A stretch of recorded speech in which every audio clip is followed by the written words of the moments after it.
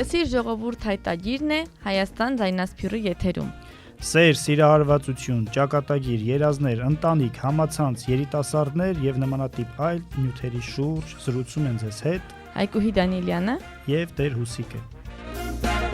Սիրով ողջունում ենք ձեզ Հայաստան ձայնասփյուռի հարգելի, սիրելի ունկնդիրներ։ Եթերում լսիր ժողովուրդ հայտագիրն է։ Օրհնեցեք Տեր հայր։ Աստված օրհնի։ Այսօր, ինչպես ամեն երկուշաբթի, մենք զրուցելու ենք ու քննարկելու ենք մի թեմա, որը հուսով ենք ձեզ կհետաքրքրի ու կփորձենք այդ թեմային հոգևոր տեսանկյունից ինչ-որ լուծումներ առաջարկել, այսինքն հարցերը ես եմ տալու, Տեր Հուսիկը կփորձի հոգևոր լուծումներ առաջարկել։ Ու հիշեցնեմ, որ կարող եք ձեր հարցերը, առաջարկությունները ուղարկել անտեն Շնիկ radioarmeni.com կամ գրել Ռադիո Արմենիի Facebook-յան էջին, ու մենք սիրով հաջորդ հաղորդումների ընթացքում կփորձենք ձեր հարցերին եւս անդրադառնալ, նույնիսկ առանձին հաղորդումներով, եթերներով։ Այսօր առաջարկում եմ զրուցենք ընտանիքում անձնական սահմանների մասին։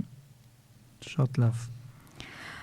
Առաջին հայացքից կարող է թվալ, թե ընտանիք ու անձնական սահմաններ հասկացությունները իրար հակասում են։ Միգուցե։ Փորձենք այսօր հասկանալ։ Վերջին ժամանակներս հոգեբանները շատ են բարձրացնում այս թեման, ասում են հոգեբանները, որ անձնական սահմանները անհատական տարածություն են, որը ներառում է մարդու արժեքները, հետաքրքրությունները, հոբիները, համոզմունքները, հայացքներն ու զգացմունքները։ Նրանք չեն կարող տեսնել, շոշափել, բայց կարող են զգալ անձնական սահմանները։ Ու ինչպես է մարդը իրեն պահում, որքանով է հանգիստ ու պատրաստ շփվելու, այս մարդը բաց է մարդկանց առաջ, թե ավելի փակ է կամ զուսպ է։ Ահա մի քանի օրինակ։ Օրինակ խոսել մարդու փոխարեն, թե ինչ է նա զգում, անձնական սահմանի խախտում է, կամ խախտել նրան տրված խոստումը, նսեմացնել նրա զգացմունքները, ասելով, որ ինչ-որ կարևոր բան չի եղել, իզուր ես օրինակի համար անհանգստանում, չհարգել ֆիզիկական տարածությունը, եթե նույնիսկ խոսքը կնոջ եւ ամուսնու մասին է։ Խորհուրդ տալ, երբ որ այդ խորհուրդը մենք չենք հարցրել, սպառնալ, սпасել, որ եթե դու այսպես քեզ պահես, այդ դեպքում ես այսինչը կանեմ կամ չեմ անի, քննադատել, պիտակավորել, վախեցնել, ասել օրինակ հետո կզղջաս, եթե դու ինձ չես լսում։ Այս բոլորը երբեմն մենք նույնիսկ չենք հասկանում, որ սրանք անձնական սահմանների խախտում է, բայց իրականում է։ Ու նույն բանը կարող ենք խոսել թե ընդհանրապես յուրաքանչյուր մարդու հետ, այսօր կփորձենք ընտանիքի սահմաններում ավելի նեղ բանալ այս հարցը, նույն բանը կարող է լինել երեխայի հանդեպ վերաբերմունքի մեջ, հանդեպ ու ընդհանրապես այսպիսով հիմա իմ հերթն է հարց տալու Տեր հայր, ասեցի իմ կարծիքը,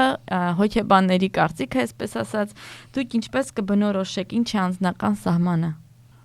Իրականում թեման բարդ թեմա է, երկակի սուր է, այսինքն պետք է շատ զգույշ լինել իր հետ այս թեմայի մասին խոսելիս, որովհետև ծայրահեղությունների մեջ ընկնելու հավանականությունը շատ մեծ է։ Պիտի փորձենք այսօրվա մեր եթերում, մեր ունկնդիրների հետ մի տեսակ մեջտեղով քայլել, չընկնել ոչ աջ, ոչ ցախ։ Լինի ամուսինների մեջ, թե լինի առհասարակ ընկերների մեջ, զավակների հետ հարաբերություններում այս խնդրի լուծման կամ այս սահմանները պահպանելու լավագույն տարբերակը դիմացինի մեջ անհատականություն տեսնելն է, որ դիմացը կանգնած է մարդ, որը անհատականությունն է։ Գիտես, երեխաների պահը բերեցիր, շատ հաճախ ծնողները այդ սահմանը հատում են, որովհետև երեխայի մեջ այդ անհատականությունը չեն տեսնում։ Դա ինչ որ առումով գուցե ռացիոնալ է, այսինքն ընկալելի է, երեխան դեռ չափահաս չէ եւ այլն եւ այլն։ Բայց երբ որ հարցը վերաբերում է արդեն չափահաս մարդուն, ամուսիններին, որին դու ընտրել ես, որովհետև նա այդպիսին է իր կյանքով, իր մտածելակերպով, իր այն ամենով ինչ որ կրում է իր վարքագծով, փորձել սահմանափակումներ մտցնել եւ ֆիզիկական, հոգեբանական թե բարոյական սահմանափակում կապ չունի, դա նշանակում է չհարգել այդ մարդու անհատականությունը։ Երբ որ դու մարդուն մեջ տեսնում ես անհատականություն, դու սկսում ես նրան հարգել։ Իսկ ընտանիքում առավել եւս հարգանքը ամենակարևոր գործիքներից, գործոններից մեկն է, որը ամուսինների մեջ ապահովում է ճիշտ հարաբերությունները։ Ես կասեի նույնիսկ եթե այդ հարգանքը չկա, ուրեմն սերն էլ արդեն սերը առանց հարգանքի գոյություն չունի։ Այո, այսինքն երբ որ երևի թե խիստ կդատեն, բայց երբ որ սիրո մեջ չկա հարգանք, այնտեղ արդեն ուրիշ հարաբերություններ են, վախի, կախվածության եւ այլ տեսակ հարաբերություններ են, որոնք առողջ չեն, վստահաբար առողջ չեն։ Եվ այդ սահմանները խախտելն էլ արդեն ոչ առողջ հարաբերությունների հետևանք է։ Գոնե այն օրինակների մակարդակով, ինչ որ դու բերեցիր, մարդը կարծիք պիտի հայտնի, կինը իր փոխարեն պատասխանում է, չգիտեմ, կինը տեղ պիտի գնա, ամուսինն է որոշում, կարելի է այդ տեղը գնալ կամ չի կարելի գնալ։ Նրբություններ կան, ընտանիքից ընտանիք կարող են հանգամանքները, երևույթները տարբերվել,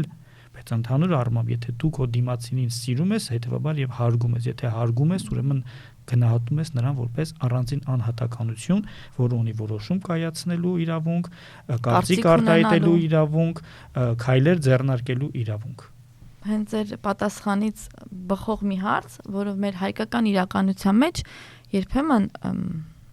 անձնական սահման ասած բանը ընտանիքում մի տեսակ աննորմալ է համարվում, միգուցե որոշ, իհարկե ոչ բոլոր ընտանիքներում։ Նույն հաջողությամբ մեր հայկական ընտանիքներում ամուսինները որոշում են, որ կինը պիտի չաշխատի, կինը պիտի չշփվի այս կամ այն ընկերուհու հետ, նույնիսկ ծնողների հետ սեփական։ Նույն հաջողությամբ կարող է ինչ-որ մի խանդոտ կին անընդհատ ամուսնու հեռախոսը ստուգել, գրպանները ստուգել, փնտրելով ինչ-որ բան։ Այսինքն մարդու ազատությանը արդեն ավելի սարսափելի, ասենց ասած, խորանում ենք, անձնական սահմաններից անցնում ենք, որ մարդուն ազատությունից զրկում է, արգելում է աշխատել, արգելում է, որ մարդը իրեն երջանիկ զգա։ Մի խոսք կա ժողովրդի մեջ, որ ասում են ինքն քո տեղը խոհանոցն է։ Սարսափելի էսպիսի մի բան, որը երբեմն մեր կանանց գլխում կա, որ ինչ անեմ, ամուսինս չի թողնում, ուրեմն այսպես է, ուրեմն սա իմ խաչն է պիտի տանեմ ու էլ ճար չկա։ Ու այստեղից, երբ որ ես այս հարցի մասին մտածում էի, այստեղից ես հիշեցի, որ Աստված մեզ ազատություն է տվել։ Բա ուր մնաց այս ազատությունը։ Սկսեմ նրանից, որ ամուսնությունը անազատության սկիզբն է, լինի կնոջ համար, թե տղամարդու համար, որովհետև իրենք պետք է իրենց կյանքի ամեն ազատություն մի կողմ թողնեն եւ մեկը մյուսին նվիրվեն։ Եվ հատուկ եմ շեշտում մեկը մյուսին նվիրվելու գաղափարը։ Երկկողմանի։ Այո, որովհետև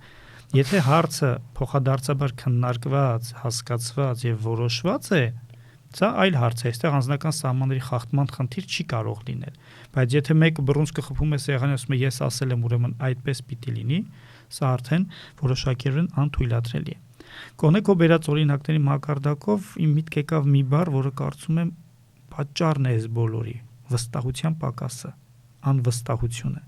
Ինչու է կինը քրքրում, ասենք, իր ամուսնու գրպանները կամ հեռախոսը կամ չի վստահում, որովհետև կարծում է, որ կա ինչ-որ դավաճանության կամ գուցե ինչ-որ մի բան, որը ինքը չգիտի, այդպես ասենք։ Նույնը ինչու է ամուսինները շատ հաճախ ինչու են ինչ-որ արգելքներով հանդես գալիս, որովհետև ամենայն հավանականությամբ իրենց կնոջը կամ գուցե նաև օտարներին, որոնց հետ իրենց կինը պիտի շփվի, վստահություն չունեն։ Գուցե իրենք իրենց մեջ վստահություն չունեն։ Իրենք իրենց վրա վստահ չեն ավելի շուտ։ Բայց այս ամեն ինչը անշուշտ կարող է ունենալ իր իսկապես լուրջ պատճառները։ Եվ կարող են լինել անպատճառ, որովհետև նա այդպես ուզում է։ Երկրորդ տարբերակը ես կհամաձայնեմ, որ իր մեջ կրում է այդ սահմանները չհասկանալու կամ չարաշահելու հետք, բայց երբ որ կան պատճառներ, երբ որ կան պատճառը հետևանքային կապեր, գուցե եւ այդ դեպքում ճիշտ կլինի, որ ամուսինները ոչ թե խոսեն արգելքների լեզվով, այլ փոխհասկացողության խոսեն, հասկանան, քննարկեն եւ հարցը առաջ տանեն։ Ես սկզբում ասացի Հայկուհի, որ երկսայրի սուր է սա, որը կարող է ծայրահեղությունների մեջ գցել։ Ինչու, որովհետև գոնե այն մակարդակի վրա, ինչ որ շատ հաճախ զույգերից ես ստանում եմ խոստովանություններ կամ լսում եմ իրենց ընտանեկան պատմությունները եւ իրենք շատ հաճախ բողոքում են անձնական սահմաններ հարգելու կամ չհարգվելուց, ես տեսնում եմ մի այլ ծայրահեղություն, եսապաշտությունը։ Ես եմ ասել, դա ես եմ ուզում, դա իմ ասածով է, իմ ուզածով է, իմ որոշումն է, այս վիճակը կա, որը ընտանիքում անթույլատրելի է։ Գոնե մի բան հիշեցնեմ, առնվազն մի կետ հիշեցնեմ քեզ եւ մեր ունկնդիրներին, որոնք կասկածի տակ կդնեն ընտանիքում անձնական սահմանների հարցը։ Ամուսնությամբ եւ պսակադրությամբ տղամարդը եւ կինը այլևս առանձին անհատականություններ չեն, այլ երկուսը միաբանվում են մեկի մեջ։ Բայց սա չեն միաբանվում, որպեսզի մեկը մյուսի մեջ իրեն կորցնի, այլ մեկը մյուսին լրացնի։ Այս իմաստով են իրենք դառնում մեկ մարմին, այր եւ կին, դառնում են մեկ մարմին, Աստված իրենց այդ շնորհն է տալիս։ Եվ երբ որ դառնում են մի մարմին, փաստացիորեն, երբ որ ես որևիցե ձևով խախտում եմ դիմացինի սահմանը, չնայած այնտեղ սահման պիտի չլինի, հետաքրքրական է Օգոստինոս Հիրանալին ասում է սիրո սահմանը անսահման սիրելու մեջ է։ Դա է միակ սահմանը, ձևակերպումը, հա, սիրո սահմանը։ Բայց չեմ կարծում, որ այդ սահմանները գծելիս կամ սահմանները հատելիս իրականում սիրո ապրումներ ենք մենք ունենում, ավելի եսասիրական ապրումներ ենք ունենում։ Բայց եթե հիմա վերադառնանք եկեղեցական եւ հոգեվոր կոնցեպտին, որ այլևս դուք ամուսիններ առանձին անհատներ չեք, այնտեղ ուրեմն մեկը մյուսի հանդեպ այդ սահմանը չունի էլ։ Բայց ծայրահեղություններ կարող է լինել, օրինակ սոցիալական ցանցերում երբեմն հանդիպում ես պրոֆիլներ, որը միանգամից գրում է, ասենք, այսինչ, ասենք ու ազգանունը, դեր եւ տիկին, չգիտեմ ինչյաններ։ Ու երբեմն անձամբ ինձ համար դա մի տեսակ տարօրինակ է, որովհետեւ ստացվում է մարդը մի տեսակ ոնց որ առանձին անհատ լինելու դադարում է, լուծվում է ուրիշի մեջ, ինքը իրեն լրիվ մոռանում է, ինչքան էլ ասենք միգուցե ձեր տեսակետից դա եսակենտրոնություն է, բայց մարդը ինքը իրենով արդեն անհատ է։ Ես նոր էլի լսել եմ, որ մարդիկ այդ քո ասած ձևով են մեկնաբանել, ասենք զույգ անուն կրող պրոֆիլները, բայց գուցեև դա պատճառը դա չէ, կարող իրենք միասին որոշել են ունենան միասնական էջ եւ ուղակի, ինչու՞ չէ ուղակի ավելացնել վստահությունը մեկը մյուսի հանդեպ դրա միջոցով։ Գուցեև խոսելու փոխարեն արգելքների լեզվով խոսելու փոխարեն եկել են հանգուցալուծման, որ արի այս տարբերակին գնանք, որպեսզի խնդիր չունենանք մենք իրար չվստահելու, կասկածելու, խանդելու եւ այլն։ Դες չես կարող մարդուն աշխարհը տեսնել։ Պաթոլոգիկ խանդեր կան, սարսափելի երևույթներ կան, որ այո, հոգեբանական խոր տրավմաներ են կոչում հոգեբանները, այդպիսի հարցեր կան, որոնք ընտանիքի մեջ որոշակի սկսում են արտահայտվել։ Եվ թերևս այն ձևակերպում, որ սա իմ սահմանն է, մոտ չգաս, չմոտնես, սխալ կլինի։ Շատ ավելի ճիշտ կլինի, որ ամուսիներից նա, ում սահմանը խախտվում է, կարողանա խոնարհաբար եւ զգուշությամբ հասկացնել կամ ցույց տալ, որ սա ինձ դուրս չի գալիս եւ ինչու՞ չէ նաեւ օգնել դիմացինին գիտակցել, որ գոյություն ունի այդ սահմանը։ Դու շատ հաճախ այդ սահմանը մարդիկ չեն էլ զգում։ Ընկերական հարաբերություններում էլ կա այդ սահմանը։ Ասենք բարձրագույն օրինակ բերեմ, շատ մանր օրինակ է գուցե, կան չէ ընկերներ, որ կարող է գիշերը գար զանգի ու ինչ որ ոչ էական հարց տա, երբ որ ինքը գիտի, որ այդ ժամին նորմալ մարդիկ քնած են։ Քանի որ ինքը քնած չէ, ինքը կարծում է, որ դու էլ պիտի արթուն լինեիր, բայց ինքը երբեք դա չի անում քեզ արթնացնելու նպատակով։ Ինքը ուղղակի չի կարծում, չի մտածում, որ ինքը դա անելով քեզ անհանգստություն է պատճառում։ Սա արդեն մարդու ընկալման խնդիրն է, որը գուցե իրև շատ սիրալիր, շատ սիրով կարելի է հասկացնել, ոչ թե արգելքներով կամ իմ սահմաններն ես անցնում եւ այլ, այլ ընդհանուր բերել ընկետին, որ գոյություն ունեն որոշակի բաներ, որոնք ինձ խանգարում են, եթե կարելի է դա չգործես, դա չանես, շատ ավելի երախտապարտ կլինեմ քեզ եւ շատ ավելի լավ կստացվեն մեր հարաբերությունները։ Նույնը նաեւ կարելի է բերել ընտանիքի բարագային։ Իմիջիալոց ես մտածեցի, որ այս անձնական սահմաններ հասկացողությունը ընդհանրապես մեր հայերի մոտ ավելի ջնջված է, այսպես ասած, ավելի դժվար է։ Եթե արտասահմանում, նույնը Ֆրանսիայում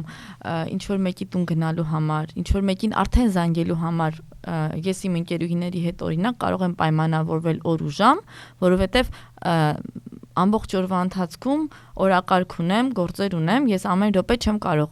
ընկերուհու հետ հասանելի լինեմ զրուցել։ Հիմա արդեն սկսվել ենք, որ մենք պայմանավորվում ենք, երբ ժամանակ ունենք, որ ասենք կես ժամ, մի ժամ նույնիսկ ասենք զրուցենք։ Հայաստանում դա առավել եւս փոքր քաղաքներում, որովհետև ինձ թվում է, որ Երևանի ապրող հայերի մտածելակերպը ամեն դեպքում փոքր քաղաքների ու գյուղերի մտածելակերպից տարբերվում է։ Այո։ Անձամբ իմ սեփական դիտարկումներն են, այսպես ասած։ Հայաստանում դա ավելի դժվար է։ Եթե այստեղ միջև ինձ հետ ոչ մեկ չպայմանավորվի, իմ տուն չի կարող գալ։ Հայաստանում յուրաքանչյուր մարդ մեկ էլ տեսար դուռը ծեծեցին, կարող է լինել երեկոյան ժամը 8-ը եւ հայտնվեցի ձեր տանը։ Ու կապ չունի, եթե դու մտածել ես այդ օրը շուտ քնել կամ այդ օրը ինչ որ պետք է դաս պատրաստես կամ աշխատանք ունես, առավոտյան շուտ պիտի արթնանաս։ Այստեղ շատ ավելի հեշտ է, ասենք արտասահմանում մեր անձնական սահմանները գծել է, այսպես ասեմ։ Դա մեծ մասամբ կապված է համընդհանուր քաղաքի կամ պետության կամ երկրի սոցիալական ոչ ֆինանսական, հասարակական ըմբռնումից եւ վիճակից։ Այն քաղաքները, այն երկրները, որտեղ որ սոցիալական շփումը մարդկանց մեջ ավելի զարգացած է, իսկ փաստը որ օրինակ Ֆրանսիայում սոցիալական շփումները ինդիվիդուալ մակարդակի վրա են եւ անգամ այսօր շատ հաճախ պետական մակարդակով խրախուսվում են մարդկանց, ասենք հարևանների օրեն հայտարարում, որովհետեւ հարևանները մի քիչ իրար հետ շփվեն։ Տարին մի անգամ հարևանները իրար ձեռք ստեղծեն, բարև տան։ Հայաստանում այդ խնդիրը չկա, եթե մեկ փողոց է, այդ փողոցում եթե թշնամի չեն մարդիկ, ուրեմն ազատ են իրար առաջ, մեկը մյուսի առաջ եւ դա մի կողմից լավ է, բայց սոցիալական տեսանկյունից լավ է, մյուս կողմից էլ այո, երբեմն մարդկանց նեղություն է տալիս։ Ուղղակի այստեղ մի նրբություն կա, որը նորից կարելի է պրոյեկտել ընտանիքի վրա։ Այս օրինակը շատ հաճախ եմ բերել, օրինակ եվրոպական երկրներում առանց հատուկ զգուշացնելու երեկոյան ժամերի դու չես կարող ինչ-որ քեֆ ուրախություն կազմակերպել, հաստատ քո դուռը կթակեն եւ կասեն, որ դուք մեզ խանգարում եք քնելու, չէ՞։ Դուք խախտում եք մեր անձնական սահմանները, ինչպես դու ասացիր, աղմուկով։ Հայաստանում հատկապես, ասենք թե քո ասած փոքր քաղաքներում կամ գյուղական շրջանում այդպես չէ, որքան էլ աղմուկ լինի, մինչև լուսաբաց մարդիկ չեն քնի, բայց միևնույն է չեն գնա դիմացին, չեն ասի, գնասել ոչինչ չի օգնի, եւ չի էլ ընկալվի դիմացին կողմից։ Ինչու է այդպես, որովհետեւ շատ լավ գիտես, որ վաղն էլ դու կարող ես քեֆ անես եւ դու մյուսին անհանգստացնես եւ մյուսը սիրահոժար այդ անձնական սահմանների խախտումը կտանի։ Ուրեմն խնդիրը գալիս է որտեղից։ Սիրո հարաբերություններից է նաեւ գալիս։ Երբ որ դու քո հարևանի հետ լավ դրացիական հարաբերությունների մեջ ես, ուրախանում ես իր ուրախությամբ, ասում ես ոչինչ, իր խաթր այսօր ես նեղությունը կկրեմ, կարող է դու էլ գնաս անգամ իր առիթին մասնակցես այդ ուրախությունը կիսես, բայց եթե դուք այդ հարևաններով իրար հետ լավ չեք սեր չունեք, դու հաստատ կբողոքես էլ, կռիվել կանես, երբեմն նաև ոստիկանություն կկանչեն, եթե չափերը ասենք անցնի։ Ուրեմն սա էր, որ սկզբում ասացի, ծայրը հեղությունները երբևիցե լավ տեղ չեն տանելու, որովհետև այդ անձնական սահմանների գծումը հատկապես ընտանիքում կարող է լինել գծումը կարող է լինել սիրո պակասից, ինչպես եւ խախտումը ուրիշի կողմից կարող է լինել սիրո պակասից։ Ժողովրդի ասած այդ կթացակով աշխատելն է պետք եւ հասկանալ թե զգալ սահմանը որտեղ է, այդ սահմանը որտեղ է ու ինչպես անել, որ համ իր սահմանը չխախտեն, համ էլ ինքը չխախտի, որտեղ դա նորից երկակի երկկողմանի վերաբերմունքից է կախված։ Գիտես, հարաբերությունների մեջ ես միտեղ կարդացի եւ մոտս նշում էլ ունեմ արած, մարդիկ բաժանվում են երկու տեսակի։ Մարդիկ, որոնք ուրեմն առաջ են տանում իրենց իրավունքները, եւ մարդիկ, ովքեր ստանձնում են իրենց պարտականությունները։ Եթե ընտանիքում զույգերը ոչ թե մեկը մեկ կողմը versus մյուսը, երկուսն էլ ունենան այս ձգտումը, հասկանալ թե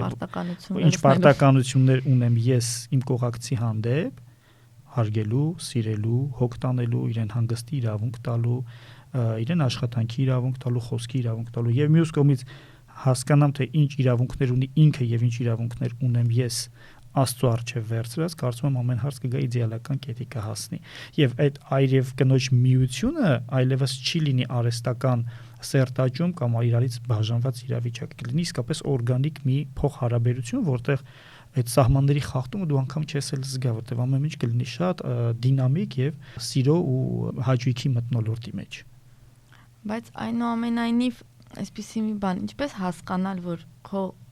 սահմանները խախտում են, ախր երբեմն մենք չենք էլ գիտակցում դա։ Մի րոպե, եթե քո սահմաններն են խախտում, դու դա կիմանաս։ Երբ հասկանաս, որ դու ես սահմանը խախտում։ Չէ, ժամանակ կա, որ փոքրուց մենք այնպես սովոր ենք, որ մեր սահմանները խախտեն։ Մենք մտածում ենք դա նորմալ է, բայց իրականում դա սահմանների խախտում է։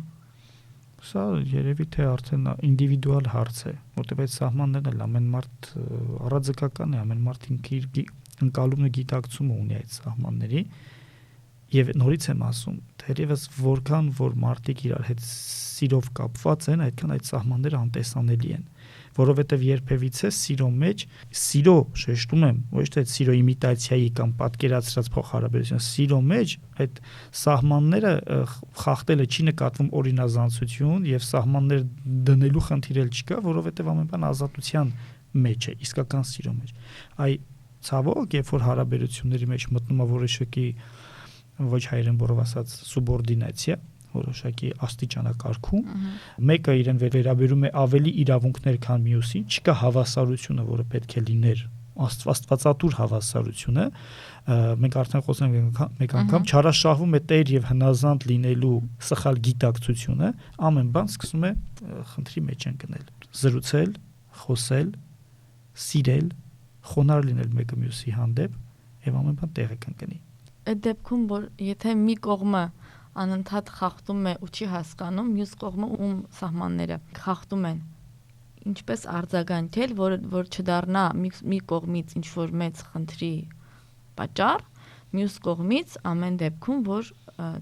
դիմացինը կողակից է, դեպքում կապ չունի եւ կարող է լինել սա տղամարդ եւ կարող է լինել կին, ինձ թվում է այդքան սեռ է այդտեղ կապ չունի, որ դիմացինը հասկանա ինչ անելի։ Առաջի հերթին զույգերի մասին խոսելով ես խորհուրդ կտամ, որ սահմանը խախտված մարդը, որը դժոխ դիրքերը մի հանդես գալիս, եթե այսպես ասենք, մեկ վարքյան անդրադառնա, արդյոք ֆիքսվելով այս խնդրի վրա ես իմ ընտանիքում որևիցե մի բան դեպի լավն եմ փոխելու, թե դեպի վատն եմ լինելու, որովհետև դիմացինը կարող է լինել որոշակի սկզբունքների տեր անձնավորություն, որը երբևիցե էլ կարող է չընդունի այդ ամենը։ Հիմա ընտանիքը կազմված է։ Ես շատ այդ նորից զավեշտալի օրինակ բերեմ, ինձ մեկ անգամ մի ամուսին եկել էր շատ վրդովված իր կնոջից խոսում էր, ինչի պատճառով, հիմնական պատճառը ինչ էր, անընդհատ դա էր բերում, այդ մարդուրը ֆիքս թողել էր հոգեբանական ծանր ազդեցություն։ Ատամի մածուկի կափարիչը երբեք կինը տեղը չի դնում։ Հաճախ հակառակն էլ նամուսներին են բողոքում նրանում։ Հիմա ես իրեն հարց տվեցի այդ կափարիչը, որ դու վերցնես եւ դու ինքդ փակես։ Ինչ կլինի դրանից։ Ինքը ինչի չի անում, տեսնում չի անում։ Հիմա եթե դու գնաս գոռաս, վիճես եւ այլն, այդ մարդը, չգիտեմ, չի անում։ Կարաս 1-2 ասես խնդրեմ, կարող ես կափարիչը բերել, բայց եթե դու ասել ես, փորձել ես չանում, եթե դու անես փոխարենը, ինչ կլինի։ Այդ տղամարդու գուլպաների պատմությանը մի տեսակ նման օրինակ է։ Ստացվում է, որ հնարավոր է, այսինքն ուղղակի չֆիքսվելով, չկենտրոնանալով շրջանցել հարցը եւ գնա։ Բայց եթե իրապես մի հարց է, որը կյանքի եւ մայի հարց է, աշխատանքի հարց է, ասենք, չի թողում սովորի, չի թողում աշխատի։ Խոսել, հասկանալ։ Նախ ինձ չհամոզեք, հակառակը խնդրում եմ, չկա դեպք, երբ որ նման հարցերը նախապես հայտնի չէին մինչև ամուսնանալը։ Եթե հայտնի չէին, նորից զույգից սխալն է, մենք ունեցել ենք ավելի լավ է, ավելի շատ ժամանակ, էներգիա ծախսել մինչ ամուսնական հարաբերությունների ընթացքում պահելու, քննելու, քննարկելու, հասկանալու մեկ-մեկու սկզբունքները, անձնական սահմանները, ինչի՞ չէ, հասկանալ էլի որտեղ է կանգառնում, նոր ամուսնանալ, որովհետև պետք է հարց տաս, ես թույլ կտամ, որ ինքը սահմի, քան ամուսնանալուց հետո դրա համար գլուխ ջարդել կամ կռիվ անել։ Երկրորդ կամ երրորդ արդեն չեմ հիշում, ընտանիքում խոնարհությունը մեկը մյուսի հանդեպ, ոչ թե ձեն կտրած սուսուփուզ վիճակ, այլ խոնարհությունը մեկը մյուսին, չեմ ասում միայն մեկ կողմի խոնարհությունը հանդեպ, շատ կարևոր դեր ունի։ Շատ երբ որ դու մի անգամ միտեղ զիջում ես, եթե դիմացինդ անհասկացող անձ չէ, ինքն էլ իր հերթին է զիջման գնում։ Եթե